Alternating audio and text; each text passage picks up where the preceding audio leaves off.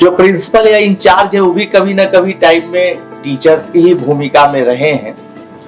तो टीचर जितना अच्छा लोग काम कर रहे हैं और कर सकते हैं, शायद दुनिया में उतना अच्छा सौभाग्य किसी को प्राप्त नहीं हुआ है। दोनों बच्चा जब हम उठे तो दोनों बच्चे उठे, दोनों हाथ जोड़कर बोले प्रणाम सर। लाइफ में पहली बार कोई मुझे सर बोला, गुरु बोला। अब 2 से फिर 4, 6 होते होते होते होते 36 बच्चे हो गए हमारे पास उस समय। कैम्ब्रिज में हमारे लिए ऑफर आया। आप कहानी जानते हैं, फिल्म भी देखे। ऑफर आया तो ऑफर आने के बाद कैम्ब्रिज हम सोचे चलो ज्वाइन करते हैं।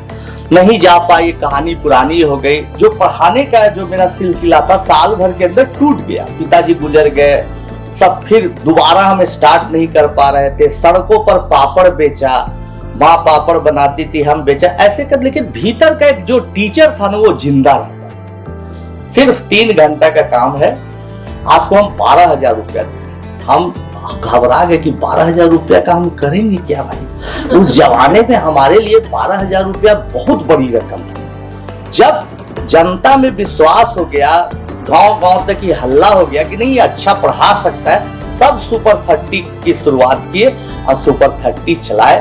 तो सबसे पहला, दूसरा, तीसरा आदमी हम थे बिहार में जो इंटरनेट कनेक्शन लिया, क्योंकि मुझे इस बात की जानकारी थी कि ये एक ऐसा माध्यम है कि दुनिया में मुझे सबसे कनेक्ट करेगा। शादी के मंडप से उठ के ये फोन से बात करने उधर गए, ससुराल वाले डर गए कि कोई दूसरा लड़की का चक्कर तो नहीं। लेकिन दूसरा लड़की का चक्कर नहीं था, बल्कि इनके 4 स्टूडेंट जो उस समय तैयारी कर रहे थे बंद कमरे में, फोन किए कि सर अभी ये समझ में नहीं रहा अगला स्टेप क्या होगा। वो है जय भाई। वाह! ये हमारी सूरत की पहली टूर है और मैं बताना चाहूंगा कि सूरत का सूरत देख करके मुझे सूरत से प्यार हो गया। लेकिन आपके सामने जो व्यक्ति खड़ा है वो मजबूरी से टीचर बन गया। हालात ने उसे टीचर बना दिया, पैसा कमाने के लिए टीचर बना। कि मेरे पिता इंजीनियर थे और मुझे अपनी कैरियर की शुरुआत चाय और शरबत बेच करके पहली बार करनी पड़ी थी, क्योंकि वो बीमार पड़े तो उनकी दवा लाना बड़ा मुश्किल हो गया था। घर भी आधा बेच दिया था, कोई सहारा नहीं था। और उस वक्त मैं 19 साल का ही था केवल। तो ये -600 से मैंने अपने कैरियर की शुरुआत करी।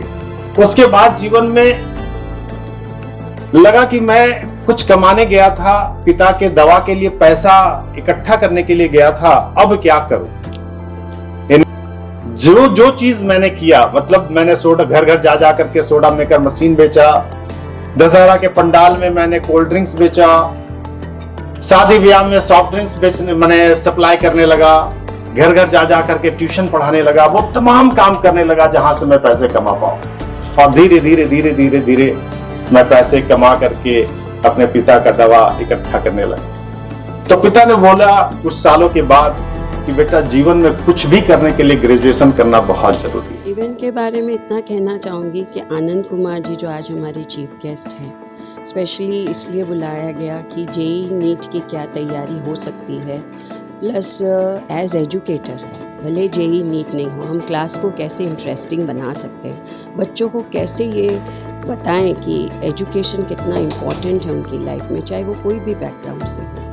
प्लस हमारे स्कूल में MUN चल रहा है, model United Nations 5th chapter, जिसमें हम बच्चों को ये दिशा देते हैं, ये प्लेटफॉर्म देते हैं कि वो जो वर्ल्ड के जो प्रॉब्लम्स है उसको डिस्कस कर सकें और अपनी आवाज़ बता सके कि as children and future generations वो इस बारे में क्या सोचते हैं। अजय जी जो आए हमारे, वो आकाश के, लेकिन इन आनंद जी हो चाहे अजय जी हो, उन दोनों की लाइफ में जैसे उन्होंने स्टार्ट किया और आज जिस दिशा में जा रहे हैं वो बहुत इंस्पायरिंग है हमारे एजुकेटर्स के लिए भी और हमारे बच्चों के लिए भी। तो ऐसे एजुकेटर्स अगर सभी हो जाएं तो इंडिया का जो फ्यूचर है वो बहुत जल्द चेंज हो जाएगा। आनंद सर को हमने स्क्रीन्स में ही देखा है अभी तक, तो उनकी टॉप 3 क्वालिटीज जो आपको अच्छी लगती है? सबसे अच्छी है तो जो उनमें भूख है बहुत अच्छा एजुकेटर बनने की, बच्चे का कैसा भी ज्ञान हो उसको सब कुछ अच्छे से समझाने की। दूसरी है उनकी सिंप्लिसिटी और तीसरी है उनकी ऑनेस्टी। एजुकेशन में आप सक्सेस को कैसे मानते हैं? एजुकेशन को सक्सेसफुल तब मानती हूँ जब मेरा बच्चा बहुत अच्छा ह्यूमन बीइंग बन जाता है, और जब अच्छा ह्यूमन बीइंग बनता है और उसमें वो ग्रैटिट्यूड की भावना, दूसरों के प्रति आदर की भावना आती है, तो सक्सेस अपने आप उसके पीछे आती है।